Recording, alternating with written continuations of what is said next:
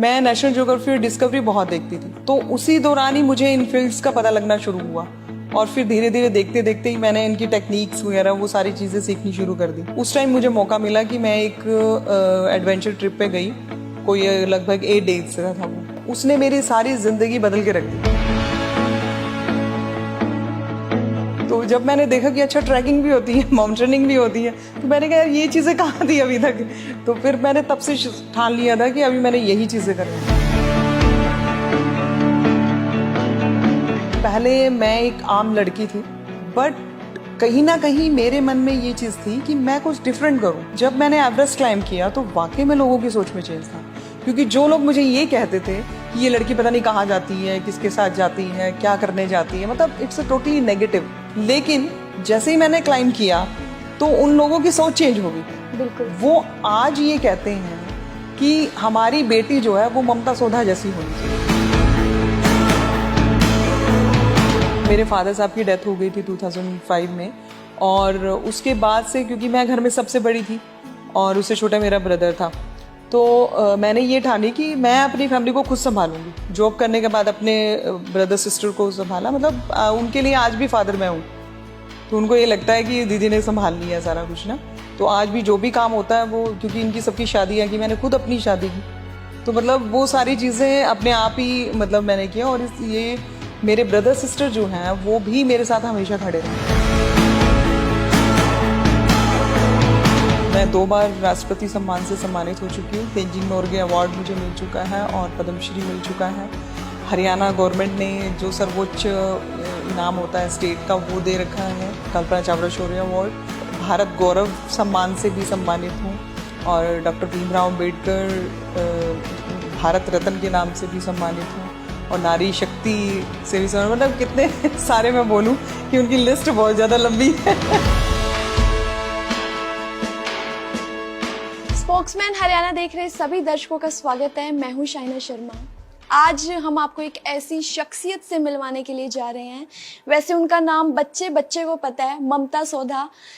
ये शख्सियत जो एक प्रेरणा रही है महिलाओं के लिए, किस तरीके से ये गरीबी से उठ के आज एक अच्छे मुकाम पर पहुंचे हुए हैं। आज हम उनसे सारी जो जानकारी है, सारी उनकी ज़िंदगी का जो स्ट्रगल है, उनसे साझा करेंगे वो हमारे साथ।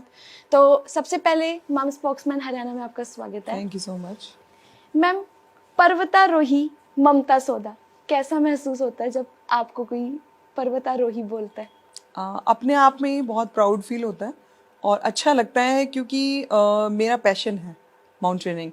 तो अगर लोग इसी चीज़ से मुझे जानते हैं तो ये सबसे अच्छी चीज़ है मेरे लिए। आज तक मतलब आपने 2010 में आप माउंट एवरेस्ट पे गए थे, अभी भी आपको कोई एसीपी ममता सोधा के नाम से कम अगर किसी को बताना हो तो बोलते हैं उनसे उस नाम से जानते हैं। तो उस समय आपके परिवार भी वाले भी बहुत खुश होते होंगे। तो मैम, जो आपकी अब की लाइफ है और पहले की लाइफ है, अब आप बहुत अच्छे मुकाम पे हो, बहुत सारी जिम्मेदारी आपके कंधों पर है, तो क्या फ़र्क है उस लाइफ में? क्या कुछ चेंजेस देखने को मिला आपको? देखिए, अगर हम कहें चेंजेस की बात तो बहुत ज़्यादा डिफरेंसेस हैं।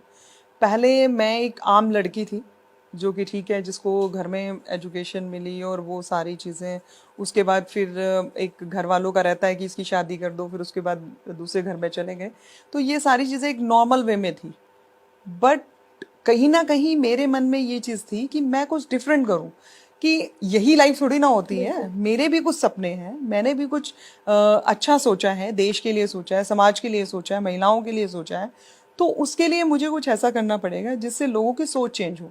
मुझे लड़ना नहीं है किसी से, मैंने कभी नहीं ये सोचा, ना मैंने कभी किसी से बहस की किसी भी बात में।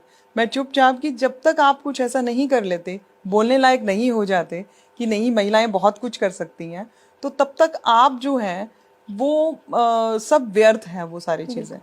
तो अब मैं देखती हूँ कि जब मैंने एवरेस्ट क्लाइंब किया तो वाकई में लोगों की सोच में चेंज था, क्योंकि जो लोग मुझे ये कहते थे कि ये लड़की पता नहीं कहाँ जाती है, किसके साथ जाती है, क्या करने जाती है, मतलब इट्स अ टोटली नेगेटिव। जो लड़कियों के बारे में नॉर्मली लगा लिया जाता है, अपने बॉयफ्रेंड के साथ गई होगी या कहीं गई होगी। तो वैसे अगर माना जाए तो मैंने तो अपना, जो मैं हमेशा कहती हूँ कि मेरा फर्स्ट लव माउंटेन ही है। शायद मैंने इंसानों की तरफ इतना ध्यान नहीं दिया, तो नेचर और माउंटेन्स में रहना मुझे बहुत अच्छा लगता था। तो ठीक है, उस लिहाजे से लोग ठीक भी कहते होंगे तो मैं तो ये सोचती हूँ। लेकिन लोगों की गलत सोच रही इस बारे में, लेकिन जैसे ही मैंने क्लाइम किया तो उन लोगों की सोच चेंज हो गई। बिल्कुल। वो आज ये कहते हैं कि हमारी बेटी जो है वो ममता सोधा जैसी होनी चाहिए। तो दैट इज अ चेंज, और ये इतनी जबरदस्त चेंज थी कि जो मैंने सोचा था उससे भी ज्यादा हो गया। मतलब लोगों का जो दिमाग था वो आपने बिल्कुल एक तरफ बिल्कुल Yes. सीधा कर दिया, जो बिल्कुल गलत रास्ते पे आप नहीं नेगेटिव, सोचते थे। Totally negative. आपको नेगेटिव भी बहुत करते होंगे उस समय पे। बहुत बहुत ज्यादा, बहुत कुछ बोलते थे कि हाँ अगर कुछ हो गया वहां पे तो तुम्हारे साथ शादी कौन करेगा। मम्मी लिटरली, मतलब मुझे तो कोई कहता नहीं था क्योंकि मैं थोड़ा सा चुप रहती थी, बिल्कुल। तो उनको ये था कि पता नहीं क्या कह देगी। तो मेरे को नहीं कहते थे, मेरे पेरेंट्स को बोलते थे कि आपने लड़की को ज्यादा आजादी, हमारे रिलेटिव खुद कहते थे, मेरे चाचा जी वगैरह, कि आपने लड़की को ज्यादा आजादी दे रखी है, आपने ये कर रखा, आपने वो कर रखा है, कल को इससे शादी कौन करेगा, ये लड़की ऐसे ही घूमती रहती है। मतलब ये सारी चीजें सुनने को मिलती थी मुझे, और करेक्टर के ऊपर सीधा सवाल होता था। तो मैं उनको, अपने पेरेंट्स जब मुझसे बात करते थे तो मुझे कहते थे बेटा ऐसे ऐसे लोग कहते हैं तो आप रहने दो, मत करो इसको भी, लोग ऐसे ही बोलते रहते हैं, आप अपनी जगह पे ठीक हो। लेकिन मेरे पेरेंट्स ने मेरे ऊपर विश्वास दिखाया, उन्होंने कभी मुझे कोई गलत वर्ड नहीं बोला। उन्होंने ये कहा बेटे आप बहुत अच्छा कर रहे हो, बट लेकिन लोग ऐसा कह रहे हो तो आप छोड़ दो उसको। तो मैंने कहा मैं क्यों छोड़ दूँ, लोगों के लिए क्यों छोड़ दूँ, जब मैं सही काम कर रही हूँ, मैं अपनी जगह पे सही हूँ, तो मैं उनके कहने पे क्यों छोड़ूं। बिल्कुल। तो मैंने कहा मैं दुनिया की परवाह नहीं करती, अगर आपने करना है वो आप देख लीजिए। वैसे मैम बहुत सी चीजें ऐसी होती है जो बच्चे होते हैं और पेरेंट्स होते हैं वो समाज के करके बच्चों को बिल्कुल हाँ पीछे कर बिल्कुल देते हैं। बिल्कुल पीछे कर देते हैं, और बहुत सारे लोग रुक भी जाते हैं। एक्चुअली मैं जिद्दी बहुत थी, अगर एक चीज ठान ली तो वो करनी ही करनी है। तो इस वजह से वो जिद जो है मेरी यहाँ पे काम आ गई। तो मैंने कहा आप चाहे जो मर्जी सोचते रहो, लोग चाहे जो मर्जी सोच रहो, मैंने ये छोड़ना नहीं है। मेरी लड़ाई भी हो जाती थी कई बार घर से, मतलब मम्मा तो हमेशा सपोर्ट करते, पापा थोड़े से रिजिड थे, तो उनसे मेरी लड़ाई हो जाती थी, बोलते नहीं थे हम काफी काफी दिन तक तो मुझे ये रहता था कि जब मैं सही कर रही हूँ तो आप प्लीज आप मेरी बात तो मानो ना। मैंने कहीं गलत किया है, लोगों ने आपको आके ये बात कही भी उस लड़के के साथ घूम रही थी, ऐसा कर रही थी, वैसा कर रही थी, मैंने कहा फिर तो आप कहो, फिर मैं मानती हूँ, मैं एक्सेप्ट करने के लिए तैयार हूँ, फिर मैं बिल्कुल नहीं करूंगी। जब ऐसी कोई बात है ही नहीं है तो अब फिर आप मुझे क्यों रोक रहे हैं।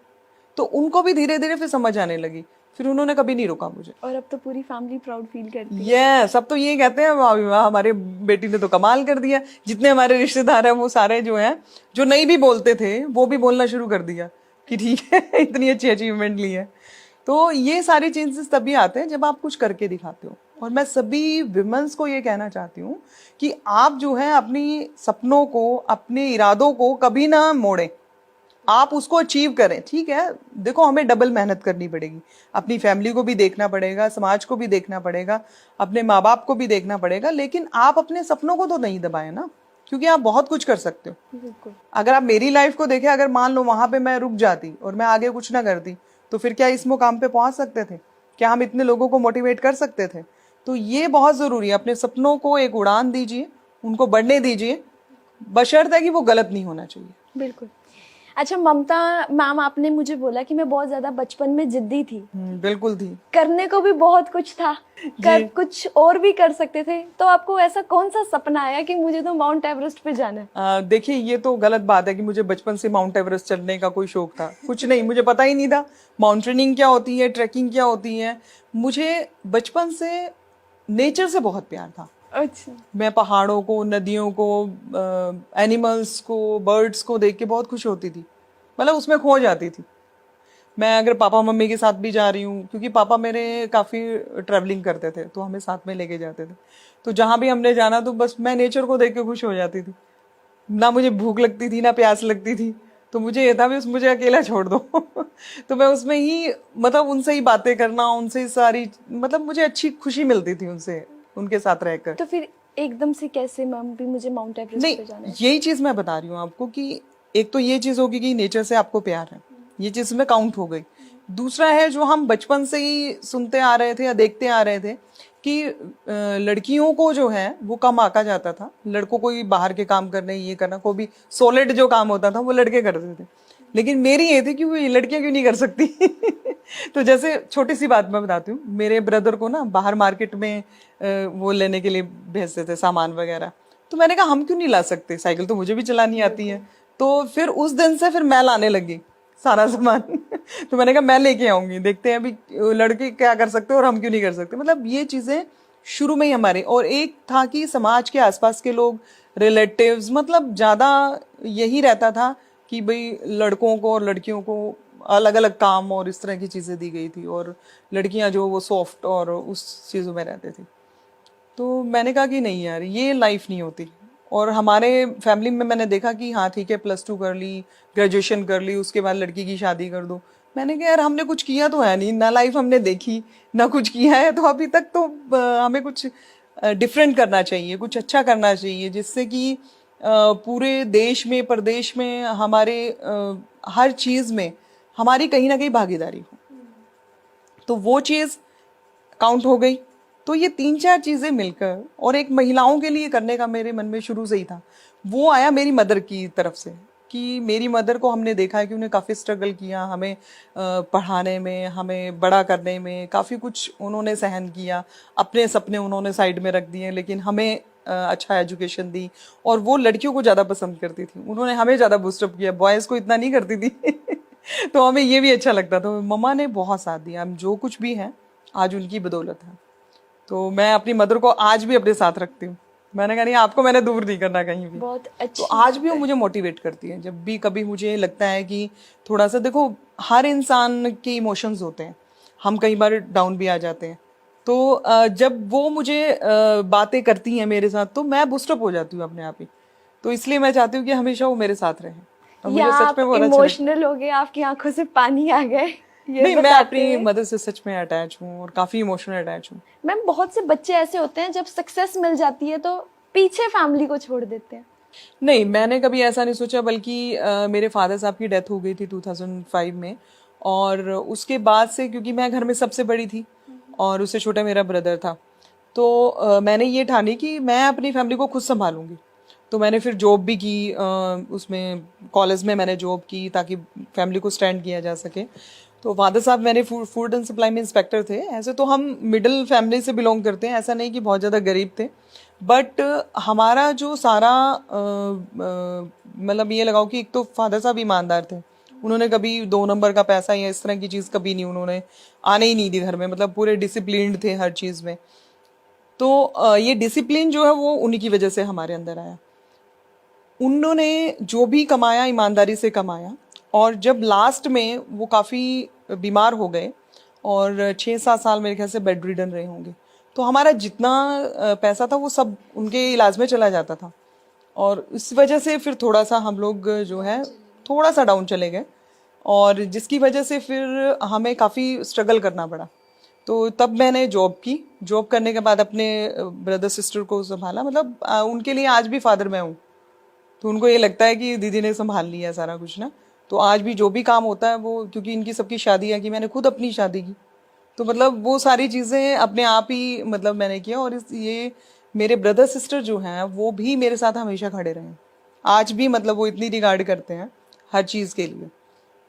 तो ये ही चीज़ें हमने कमाई हैं कि अपनी फैमिली को हमेशा साथ में रखा है। तो अभी 2 रह गए हैं, तो उनकी भी मैरिज कर देनी है, बाकी सब अच्छे से सेटल हो गए। और वैसे भी ईमानदार आदमी जो होता है मैम, जितना मर्जी कमा ले उसके लिए सब नहीं, कुछ छोटा उसके पड़ लिए तो जाता देखो है। नॉर्मली आप नॉर्मल एक लाइफ अच्छी लाइफ जी सकते हो, बट आप कहें कि बहुत ज्यादा अमीर है आप, वो बिल्कुल नहीं हो सकता, वो नहीं हो सकता। वो पॉसिबिलिटी नहीं है। बिल्कुल। आपने करियर की शुरुआत की, तो जब आपने फर्स्ट टाइम चढ़ना शुरू किया, फर्स्ट टाइम आप इस फील्ड में आए, तो फिर कितना कुछ फेस किया, क्या कुछ उस टाइम पे आपके साथ वैसे हुआ? मैं इस फील्ड में बहुत लेट मैंने शुरुआत की है, और क्योंकि उससे पहले पता ही नहीं था इस फील्ड का। मैं नेशनल ज्योग्राफी डिस्कवरी बहुत देखती थी, तो उसी दौरान ही मुझे इन फील्ड्स का पता लगना शुरू हुआ, और फिर धीरे धीरे देखते देखते ही मैंने इनकी टेक्निक्स वगैरह वो सारी चीज़ें सीखनी शुरू कर दी। फिर एक बार मौका मिला हमें एडवेंचर कैंप में जाने का, और ये तकरीबन है मैं ग्रेजुएशन फर्स्ट ईयर में थी तब। उस टाइम मुझे मौका मिला कि मैं एक एडवेंचर ट्रिप पे गई, कोई लगभग 8 डेज का था वो। तो उसमें भी बड़ी मुश्किल से मुझे जाने दिया गया कि नहीं, लड़की है अकेले 8 दिन के लिए ऐसे बाहर, तो बहुत बड़ी चीज़ थी ये। तो फिर मैंने अपनी मम्मा को कहा कि पापा को मनाओ जरा। क्योंकि हम मम्मा को ही कहते थे जो भी बात, डायरेक्टली कभी बात नहीं करते, क्योंकि काफ़ी स्ट्रिक्ट थे मेरे पापा, गुस्सा बहुत करते थे, और थोड़ी छोटी सी बात होती थी तो बस पूरा घर हंगामा हो जाता था पूरा। तो फिर मैंने मम्मी को कहा, मैंने कहा पापा को मनाओ, ये बहुत अच्छा है और सारी लड़कियां जा रही हैं और मैडम भी जाएगी साथ में, तो मतलब ऐसी कोई बात नहीं है कि डर वाली बात नहीं है। तो फिर धीरे धीरे पापा ने कहा चलो ठीक है आप चले जाओ। तो जैसे ही गए तो बस वो एक मतलब मैं उसको कभी भूल नहीं सकती उस ट्रिप को। मतलब इट्स एडवेंचर कैंप 8 डेज का, उसने मेरी सारी जिंदगी बदल के रख दी। तो जब मैंने देखा कि अच्छा ट्रैकिंग भी होती है, माउंटेनिंग भी होती है, तो मैंने कहा यार ये चीज़ें कहाँ थी अभी तक।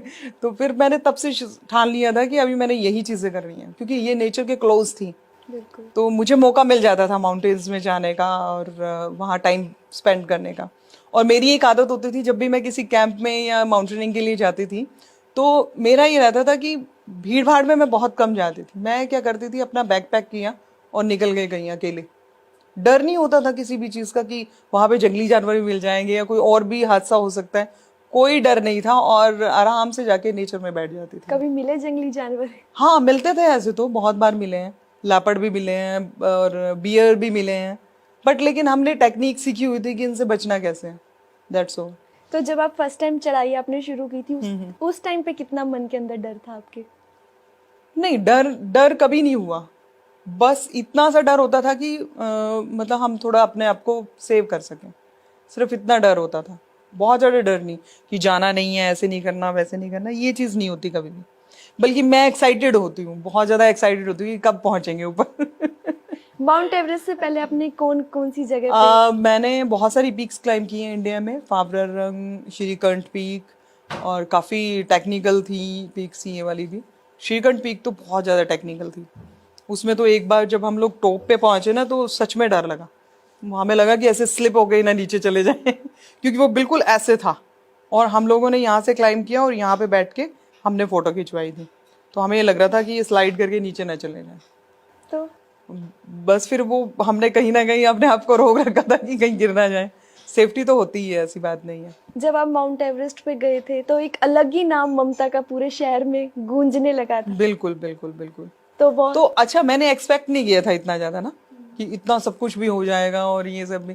सिर्फ ये था कि माउंट एवरेस्ट पे अपने देश का झंडा लहराना है, बस इतनी सी एक सोच थी मेरी। अदरवाइज अपने आप को प्रूव करने वाली बात होगी कि विमेन कुछ भी कर सकती हैं। तो ये वाली चीजें दो थी मेरे अंदर। बाकी कोई ऐसा नहीं था कि आने के बाद लोग क्या करेंगे या फिर मुझे कुछ मिल जाएगा, नहीं, इस बात की कोई मेरे मन में नहीं थी। बट आने के बाद तो दृश्य ही डिफरेंट हो गया बिल्कुल। It's a totally VIP treatment. तो जैसे सीएम साहब के वहाँ से भी गाड़ी उन्होंने भेजी और पूरा लेके गए, फिर सीएम साहब और मैडम मिले और उन्होंने फिर उसी टाइम ही 21 लाख की घोषणा कर दी। फिर थोड़े दिनों बाद ही उन्होंने जॉब भी हमें ऑफर कर दी। हमने कभी भी डिमांड नहीं की किसी चीज़ की, जो दिया उन्होंने अपने आप ही दिया। और मेरे समाज के लोगों ने तो बहुत ही ज़्यादा इसमें अहम भूमिका अदा की, क्योंकि 21 लाख रुपीज़ जाने से पहले चाहिए था एवरेस्ट क्लाइंबिंग के लिए। तो ये मेरे लिए सबसे बड़ा चैलेंज था। तो मुझे ये लग रहा था यार 21 लाख, मेरे पास तो 1 लाख भी नहीं है, ये 21 लाख आएंगे कहाँ से। फिर कहीं ना कहीं मन में आता था, मम्मा ने बोला कोई बात नहीं, हम घर गिरवी रख देंगे अगर ऐसा हुआ तो कुछ भी। तो मैंने कहा नहीं नहीं, घर क्यों रखना, ये की तो हमारे पास घर है फिर जाएंगे कहाँ पर। तो कहते क्या हो गया, फिर अपने आप कर लेंगे जो भी होगा। मैंने कहा नहीं, ऐसे नहीं, हम लोग कुछ और देखते हैं कि कुछ ना कुछ एफर्ट्स करते हैं। और फिर हम सीधा पहुंचे एडमिनिस्ट्रेशन के पास, जो डिस्ट्रिक्ट डीसी साहब है। डीसी साहब उस टाइम में अमृत कुमार जी होती थी। तो उन्होंने मतलब मेरा लक था उस टाइम में कि वो भी लेडी थी। तो मैंने जब उनको सारी बातें बताई तो वो कहते हैं यार ये तो बहुत ही बढ़िया है। तो उन्होंने कहा मैं तो तेरी हेल्प करती हूँ। तो उन्होंने मिलके जितने भी डीसी उनके नॉन थे, और यहाँ तक कि उन्होंने प्राइम मिनिस्टर को भी लिखा और हमारे सीएम साहब को भी लिखा और गवर्नर साहब को भी लिखा, उन्होंने लेटर्स लिखे भाई इस लड़की को इतने इतने पैसों की ज़रूरत है और इसने एवरेस्ट क्लाइम करना है। तो वहाँ के जो लोकल हमारे कैथल के थे, तो कुछ राइस मिलर्स वो भी साथ में आ गए, तो कुछ उनसे हो गया, रेड क्रॉस से हो गया। डीसी साहब की जितनी पावर्स थी, जहाँ जहाँ से वो कर सकते थे उन्होंने वहाँ से किया। फिर उसके बाद जो हमारे समाज के लोग थे उन्होंने भी अपने कहीं ना कहीं से इकट्ठा करके पैसा दिया। तो धीरे धीरे करके ना वो मतलब एक लॉबिंग बन गई पूरी अच्छी तरह से। फिर मैं यहाँ पे आई हुई थी मंत्री के पास, एक उनसे यही रिक्वेस्ट करने के लिए। तो वहाँ पे मुझे श्री धनपत सिंह जी मिल गया, IAS ऑफिसर। तो अभी तो वो रिटायर्ड हो गए और इलेक्शन कमीशन के चेयरपर्सन है। तो उनका मतलब उन्होंने जो वो साइड में बैठे थे, वो मेरी बात ध्यान से सुन रहे थे सारी ना। तो उन्होंने मुझे कहा बेटा ये कार्ड है मेरा, आप ऐसे करना, मैडम से मिलने के बाद ना आप मुझसे मिलना एक बार, तो आप मुझे सारी बात बताना कि कितना क्या आपका खर्चा होना है। तो मैं जैसे मैडम से मिलके और सर के पास गई, तो सर ने कहा कोई बात नहीं, हम आपकी पूरी हेल्प करेंगे, आप अपनी प्रैक्टिस के ऊपर ध्यान दो। तो मतलब वो एक पॉजिटिव रिस्पॉन्स था कि जिससे मुझे लगा कि नहीं अब हो जाएगा। तो वो सर के जितने फ्रेंड्स थे, आईएएस लोग भी जितनी थी, उन्होंने सबने हेल्प करनी शुरू कर दी। मतलब इतना पैसा हो गया, 21 लाख से भी ऊपर अब आना शुरू हो गया। मैंने कहा नहीं सर अब नहीं मुझे चाहिए अब मेरा हो गया। कहता नहीं बेटा आपके लिए इन फ्यूचर काम आएगा। मैंने कहा सर मुझे पैसे नहीं इकट्ठे करने थे, मुझे सिर्फ वहां जाने के लिए फीस इकट्ठी करनी थी और कुछ नहीं। मतलब तो वो इस बात के लिए आज भी बड़ा खुश होते हैं कि देखो चाहती तो ये कितने पैसे इकट्ठे कर सकती थी, लेकिन उसने उसी टाइम बोला कि नहीं ये सब स्टॉप कर दो, आपको 21 लाख रुपए जिस दिन मेरे कंप्लीट हो गए ना, उस दिन ही मैंने बोल दिया था। मैंने कहा सर अब नहीं कुछ चाहिए मुझे, तो मैंने रिटर्न कर दिए थे सबके अब पेमेंट मुझे सब मिल गया। हाँ मैंने कहा अब हो जाएगा। मतलब ममता को फैमिली का सपोर्ट, लोगों का सपोर्ट, यस यस पूरा मतलब, और इस सबसे ज्यादा मीडिया का सपोर्ट। मीडिया ने जितनी हेल्प की ना, मेरे ख्याल से अगर मीडिया शायद इतना वो ना हाईलाइट करता ना उस टाइम में, तो इतने लोग आने भी नहीं थे, लोगों तक मैसेज ही ना पहुंचता। तो मीडिया ने बहुत ज्यादा हाईलाइट किया। उसमें पंकज अत्रे जी हैं जिन्होंने सबसे पहला मेरा जो है न्यूज़पेपर में न्यूज़ अपनी तरफ से डाली थी, और वो इतनी हाईलाइट हुई थी कि पूरे देश में, मतलब उन्होंने क्या किया कि लोकल न्यूज़पेपर की बजाय उन्होंने जो उसमें जाता है नेशनल उस पे जाता है ना, उसमें उन्होंने उसमें डाल दिया। अच्छा। तो वो इतना हाईलाइट हो गया कि सबको पता था भी हाँ ममता सोदा ने जाना, उसको इतने पैसे, अब इतने हो गए, अब इतने हो गए। मतलब एक एक चीज जा रही थी कि वो सारे मेरे से इंटरव्यू लेते थे कि हाँ अब क्या हो गया, अब कितना प्रोग्रेस है, अब किस चीज से मिले, क्या हुआ। तो मीडिया ने बहुत ज्यादा इसमें हेल्प किया, और आने के बाद मीडिया ने ही बहुत ज्यादा हाईलाइट किया। तो मैम जब आप हरियाणा वापस आए एवरेस्ट से, तो किस किस सम्मान से आपको सम्मानित किया गया? देखिए मुझे तो इस चीज़ का कभी मतलब सोचा भी नहीं था कि इतने सारे सम्मान मुझे मिलेंगे। तो मैं 2 बार राष्ट्रपति सम्मान से सम्मानित हो चुकी हूँ। तेंजिंग नोरगे अवार्ड मुझे मिल चुका है और पद्मश्री मिल चुका है। हरियाणा गवर्नमेंट ने जो सर्वोच्च इनाम होता है स्टेट का, वो दे रखा है, कल्पना चावला शौर्य अवार्ड। और इसके साथ ही भारत गौरव सम्मान से भी सम्मानित हूँ, और डॉक्टर भीमराव अंबेडकर भारत रत्न के नाम से भी सम्मानित हूँ, और नारी शक्ति से भी सम्मानित। मतलब कितने सारे मैं बोलूँ कि उनकी लिस्ट बहुत ज़्यादा लंबी है। घर में कैसे संभाल के रखे हो इतने सारे? हाँ वही मैं कह रही हूँ कि अभी तो ऐसा हो रहा है कि हमारी एक तो ट्रांसफरेबल जॉब है, तो कहीं एक जगह पे रख ही नहीं सकते हैं। तो वो अभी हमने ये किया हुआ कि एक ही जगह पे सारे बॉक्स में डाल डाल के ना हमने वो रखे हुए हैं अभी तो। मैम कोरोना काल में भी आपने बहुत अच्छा काम किया था, उसके बारे में आप क्या कहेंगे? देखिए कोरोना काल में तो मैं ये कहती हूँ कि मैंने ही नहीं, हमारी पुलिस फोर्स ने और डॉक्टर्स ने और सफाई कर्मचारियों ने बहुत ही बढ़िया काम किया है, और जिसकी वजह से हमारा देश जो है बहुत हद तक बच भी गया है। और पुलिस के नाते मतलब पुलिस ने तो अपनी जान हथेली पर रखकर ही किया है, और इसके साथ डॉक्टर्स भी, मैं उनको हमेशा सैल्यूट करती हूँ कि वो भी सच में भागीदार हैं उस चीज़ के, कि उनका वो वर्क जो है कभी भूला नहीं जा सकता। आप 2010 में जब माउंट एवरेस्ट से आए थे, मैं भी कैथल से ही हूँ। अच्छा। तो 7 गेट पे आप रहते हो। हाँ हाँ। और मैं डोगरा गेट पुलिस क्वार्टर में, पापा मेरे पुलिस में अरे रिटायर्ड हो गए। अच्छा। तो जिस टाइम पे आप आए थे उस समय मुझे पता चला था कि ऐसे ऐसे एक लड़की आई है, तो मैं बहुत शौक से ना मतलब मुझे जाना है जिद करके मुझे उनके घर जाना है, तो मैं आपसे स्पेशल मिलने के लिए आई थी। अच्छा। और आपके घर में आपसे मिलने के लिए आपने मुझसे बात की थी 1 घंटा। ओह अच्छा। और मुझे बहुत कुछ बताया था उस टाइम पे। तो मुझे, और जब यहाँ पे आना था तो मैं सोच के आई थी कि नहीं मैम को मुझे बताना है कि मैं आपसे पहले भी मिली हूँ। अरे वाह, ये तो बहुत बढ़िया है। तो और आप बताओ मैम, आपके करियर में अब आपके ऊपर इतनी सारी रिस्पॉन्सिबिलिटी है, तो किस तरीके से मैनेज करते हो अब? देखो रिस्पॉन्सिबिलिटी की बात करें तो फैमिली की भी रिस्पॉन्सिबिलिटी है, एक बेटा है मेरा, उसकी भी रिस्पॉन्सिबिलिटी है, और इसके साथ मेरे समाज की भी रिस्पॉन्सिबिलिटी है।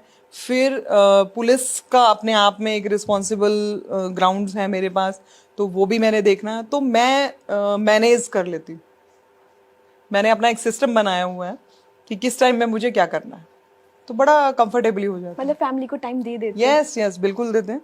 पर मैम मैंने आपने बेटे की बात की, मुझे सुनने में मतलब हमें पता चला कि आपके जो बेटे का हर साल का जो बर्थडे बनता है वो भी एवरेस्ट पे जाके बनता है। बिल्कुल मानता, उसके पीछे भी एक कहानी है, क्या? वो मैं आपको बताती हूँ। मेरा बर्थडे होता है 1 नवंबर को, उसी दिन ही हरियाणा डे होता है और उसी दिन ही मेरे बेटे का भी बर्थडे होता है। अच्छा। तो इसमें 3 जो हैं वो चीजें आ गई, मेरा बर्थडे, बेटे का बर्थडे और हरियाणा का बर्थडे। तो ये तीनों चीजों को हम एक यादगार चीज बनाना चाहते थे, बिकॉज ऑफ यूथ को मोटिवेट करना चाहते थे कि यूथ जो है अगर अपने मन में कुछ ठान लेता है और अपने देश की उन्नति और तरक्की में भागीदारी देता है, यूथ के अंदर इतनी पावर है कि वो कुछ भी कर सकता है। हमने उसके फर्स्ट बर्थडे से ही शुरू किया। हमने हरियाणा की सबसे पहली जो सबसे ऊंची पीक है करोह पीक, उसको क्लाइम किया फर्स्ट बर्थडे पे। तब तो हम उसे पीठ पे उठा के लेके गए थे और जब सेकंड बर्थडे आया फिर हमने उसकी चूड़धार पीक है यहाँ पे जो शिमला रीजन में आती है, तो शिवालिक रेंज की सबसे हाईएस्ट पीक है वो, तब हमने वो क्लाइम की। और उसके बाद फिर हमने जो है उसका बर्थडे मनाया ये अपना भृगु लेक मनाली में है और 14,000 फीट है उसका हाइट। तो हम ना इसका हाइट जो 1-2 हज़ार बढ़ाते चले जाते हैं। तो अभी इसको प्रिपेयर कर रहे हैं कि इन फ्यूचर ये देश की उन्नति में और भी ज्यादा भागीदारी। अभी उनकी उम्र कितनी है? अभी 5.5 ईयर ओल्ड। मतलब 5 सालों में आप उन्हें इतनी जगह पे घुमा। अभी 17,000 खरदुंगला पास गया था अभी वो ना 17,000 फीट। अच्छा। हाँ जी मैम इसमें ना वैसे मैं आपको पहले भी कह चुकी हूँ और अब फिर से कहती हूँ, आपके लिए ना ये माउंट एवरेस्ट पे चढ़ना ऐसे हो गया जैसे सीढ़ियां चढ़ के छत पे जाना। नहीं नहीं, वो आप बिल्कुल ये मैं इसमें आपको कहूंगी कि ये बिल्कुल गलत है। मैं बिल्कुल ऐसा नहीं सोचती हूँ कि ये सिर्फ सीढ़ियाँ चढ़ने वाली बात है। एवरी माउंटेन, एवरेस्ट ही नहीं, जितने भी माउंटेन्स हैं बहुत डिफिकल्ट वो वाकई में बहुत डिफिकल्ट है, बहुत ज्यादा। मतलब एक तरह से आपको हिला देते हैं वो। डिफिकल्ट तो है, वो हमारे लिए डिफिकल्ट नहीं नहीं, वो मेरे लिए भी है, वो मेरे लिए भी है, बशर्त है कि मैंने कोशिश की, आपने कोशिश नहीं की। बिल्कुल, हमें पता ही नहीं था। यस। और अब आपके बेटे को भी आप इसी उसमें सिखाना चाहते हो कि वो देखो हमने उसका इंटरेस्ट देखा है। हमने फर्स्ट जब लेके गए थे तो हमें ये था कि वो बच्चा सरवाइव करेगा या नहीं करेगा। हमने उसके ऊपर कोई प्रेशर नहीं डाला, वो खुद रेडी होता है। अच्छा। अब वो ये कहता है कि अच्छा नेक्स्ट टाइम हम कहाँ चलेंगे मम्मा बड़े दिन हो गए माउंटेन में गए हुए, तो चलो अभी चलते हैं हम लोग चूड़धार पीक चले। जहां जहां वो गया उसका सबका नाम याद है उसको मतलब ममता सोदा के बाद उनका बेटा जो है वो जाके माउंट एवरेस्ट पे झंडा जरूर लहराएगा, ऐसा देखो लगता है। मैं उसमें कुछ नहीं कह सकती, वो उसकी अपनी कैपेबिलिटी है और बच्चे के ऊपर हमारा कोई प्रेशर नहीं है। उसका जो मन करेगा वो करेगा। बिल्कुल मैम। बस हम उसे डायरेक्शन देंगे कि वो देश के लिए सोचे, समाज के लिए सोचे और आने वाली जनरेशन के लिए एक उदाहरण बने। That's all. हम सिर्फ इतना ही देंगे उसको, अच्छी एजुकेशन देंगे, अच्छी उसको तहजीब देंगे, उसके मॉरल वैल्यूज होनी चाहिए उसके अंदर, ताकि वो देखो जो यूथ है हमारा अगर वो अच्छा है, अच्छी साइड या पॉजिटिव साइड जाता है तो देश की तरक्की और उन्नति उसी में निर्भर है। बिल्कुल मैम। अगर यूथ हमारा रास्ता भटक गया तो हमारे देश का फ्यूचर भी फिर अंधकार में है। बिल्कुल। तो बस हम तो ये कोशिश कर सकते हैं कि उसको एक अच्छी लाइफ दें और उसको ये वैल्यूज बताएं कि देश के लिए भी करना बहुत ज़रूरी है। वो अभी से कहता है मैंने कमांडो बनना है, आर्मी में जाना है, हमने नहीं कहा उसको, अपने आप कहता है। अच्छा। तो अगर वो आर्मी में जाना चाहेगा हम आर्मी भेज देंगे बहुत अच्छी बात है। इसके साथ साथ मैम एक क्वेश्चन मैं आपसे ये पूछना चाहती हूँ, जैसे जी। आप लोग देश के लिए कितना सोचते हो? आपने छोटी सी उम्र में ही सोच लिया था कि मुझे जो अपना झंडा है बिल्कुल। वो एवरेस्ट पे। आपके डिपार्टमेंट में बहुत से लोग ऐसे भी हैं जो कहीं ना कहीं अच्छी चीजों को छुपा देते हैं, उनके बारे में आप क्या कहना चाहेंगे? देखो अच्छी चीज़ों को छुपाना नहीं चाहिए, बिकॉज कि अगर वो सामने नहीं आएंगी तो दूसरे लोगों को कैसा पता चलेगा कि अच्छा भी होता है। बिल्कुल। तो अच्छाई जरूर लानी चाहिए सामने, और बुराई को जितना हो सके उतना आप इग्नोर करें। इग्नोर इन द सेंस कि उसको इतना दबा दें कि बुराई बाहर आ ही ना सके। तो एक मैसेज भी आप जी। लोगों को, लड़कियों को क्या देना चाहेंगे मैम? देखिए लड़कियों को, या मैं कहूँ मेरे देश के सभी लोगों को मैं यही मैसेज देना चाहती हूँ कि हमेशा जो भी आप लक्ष्य चूज करें उसमें अपने देश की उन्नति और तरक्की को निहित यानी उसको जानकर तभी आप करें। अदरवाइज आपका कोई भी लक्ष्य या कोई भी आपका टारगेट वो व्यर्थ हो सकता है यदि आपने देश के बारे में नहीं सोचा। तो बहुत अच्छा लगा मैम आपसे बात करके, और जी। आपने जो अपना कीमती समय हमारे लिए निकाला उसके लिए भी बहुत बहुत धन्यवाद। नहीं, तो थैंक यू। ये थे हमारे साथ ममता सोधा। वैसे सबको, जैसे मैंने बोला, सबको इनके बारे में पता ही होगा। इनकी लाइफ के बारे में इन्होंने बताया कि किस तरीके से एक फर्श से उठकर वो अर्श तक पहुँचे और किस तरह से लोगों ने उन्हें सपोर्ट किया। और वो अभी भी, मतलब इनके जो सपने हैं वो अभी भी बहुत ऊंचे ऊंचे हैं, और अपने बच्चों को लेके भी बहुत उन्होंने सपने बहुत अच्छे रखे हैं। और ये देश के लिए एक अच्छी बात बोली, युवाओं के लिए एक अच्छी बात बोली कि अपने सपनों को कभी दबाना नहीं चाहिए, अच्छी चीज़ों को छुपाना नहीं चाहिए। अगर अच्छी चीज़ें छुप जाती हैं तो वो बाहर कैसे पता चलेगा कि हमारे अंदर भी कोई टैलेंट है, हमारे अंदर भी कोई अच्छाई है।